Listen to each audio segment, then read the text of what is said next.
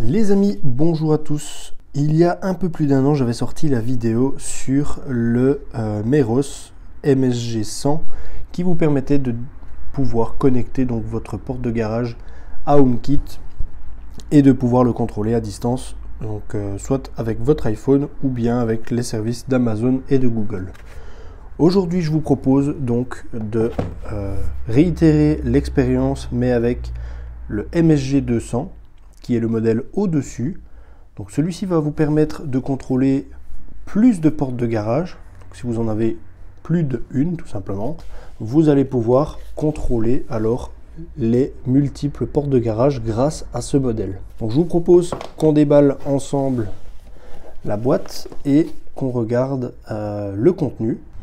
Tout d'abord, au dos, on peut voir que l'alimentation est toujours de 5 volts.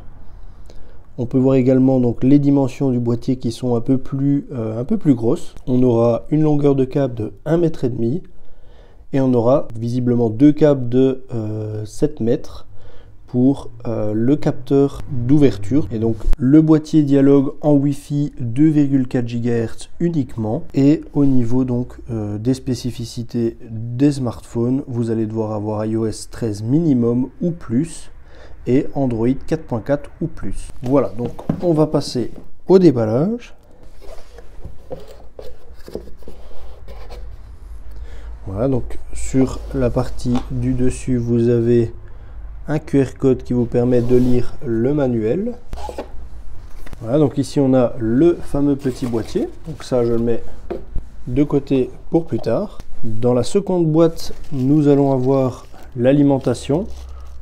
C'est un chargeur de smartphone en USB-A vers micro USB.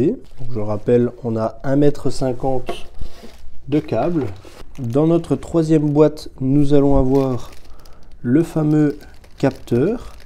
Donc ici, il est un peu différent du modèle dont je vous avais fait la vidéo. Donc on verra ça juste après. Et ici, dans la boîte la plus grosse, nous avons donc de nouveau un autre capteur.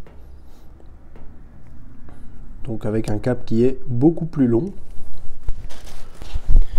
Et on aura enfin les petits manuels. Et là, on aura donc la notice qui va nous permettre, d'ailleurs elle est en plusieurs langues, donc qui va nous permettre de faire le montage, la configuration, etc., etc. Je vais vous montrer une petite photo de ce à quoi ça ressemble. Hop. Voilà.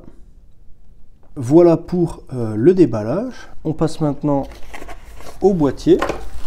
Donc le boîtier paraît énorme sur la photo, mais en réalité il est quand même assez petit. Hein, il est plus petit qu'une main. Donc ici vous avez le petit QR code pour vous connecter à HomeKit. Vous avez l'antenne qui est orientable, bien sûr. Et vous avez les 3 ports d'entrée qui vont vous permettre de contrôler les 3 portes différentes, puisque ce kit, je le répète, vous permet de contrôler plus d'une porte. Donc vous pouvez contrôler jusqu'à 3 portes. Voilà, ici on a les informations. Et ici on aura donc l'alimentation. Donc comment ça se passe? Au niveau du branchement, globalement c'est toujours pareil. Donc je vous invite à vous diriger sur la première vidéo qui vous permet de vous montrer donc comment ça se passe au niveau du branchement du moteur. Parce que moi je n'ai qu'une porte, donc ça sert à rien que je fasse le branchement. Ici c'est uniquement pour vous montrer. Mais globalement, tout simplement, ici vous avez ceci que vous allez devoir aller brancher sur votre moteur de porte de garage, donc sur le contact sec.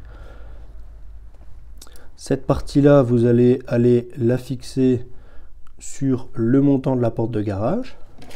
Cette partie-là, vous allez aller la fixer sur votre garage.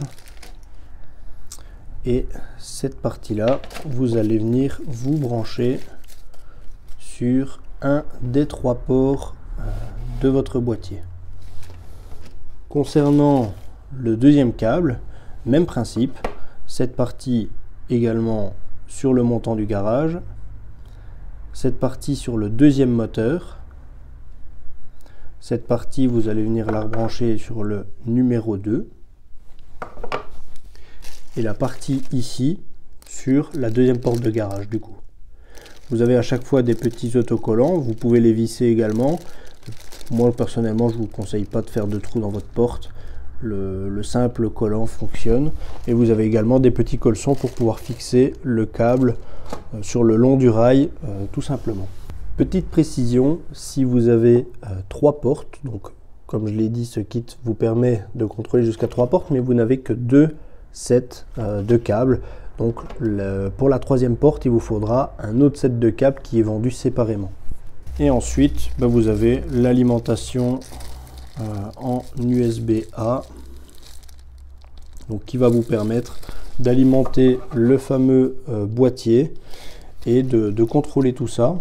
Donc il faut toujours bien prendre en compte qu'il faut une alimentation supplémentaire pour ça, ou alors vous devrez acheter un petit transfo sur lequel vous allez transformer en fait l'alimentation de votre porte de garage vers du 5 volts. Comme ça, vous n'avez qu'une seule alimentation pour brancher ce petit boîtier. Au niveau de la configuration, une nouvelle fois, c'est assez simple. Vous avez ici un petit trou dans lequel vous allez pouvoir mettre un cure-dent ou un objet pointu en fait pour pouvoir le réinitialiser. Donc vous allez maintenir ce bouton enfoncé pendant 5 secondes. Ensuite, je vous mets les règles des voyants, donc l'état des LED pour savoir dans quel mode est votre boîtier. En fonction du mode, vous allez avoir un mode d'initialisation. Vous allez avoir un mode de configuration Wi-Fi. Donc en maintenant les 5 secondes, c'est l'état dans lequel vous allez vous retrouver. Et ensuite, vous avez le rouge, donc qui est lorsque vous n'avez pas de connexion Internet. Une fois que tout est en place, je vous conseille d'installer l'application Meros qui va vous permettre de pouvoir contrôler les portes de façon individuelle et de pouvoir les configurer. La garantie du boîtier Meros est de 2 ans. Voilà, donc concernant la configuration de l'application et le branchement, bon, ça tout est propre à chacun, mais si vous voulez voir un peu un exemple, je vous mets une nouvelle fois le lien de ma première vidéo dans la description. Globalement, le branchement donc, de ce boîtier sera similaire.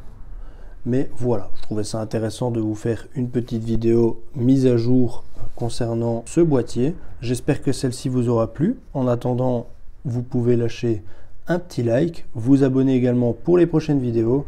Et moi, je vous dis à la prochaine. Salut!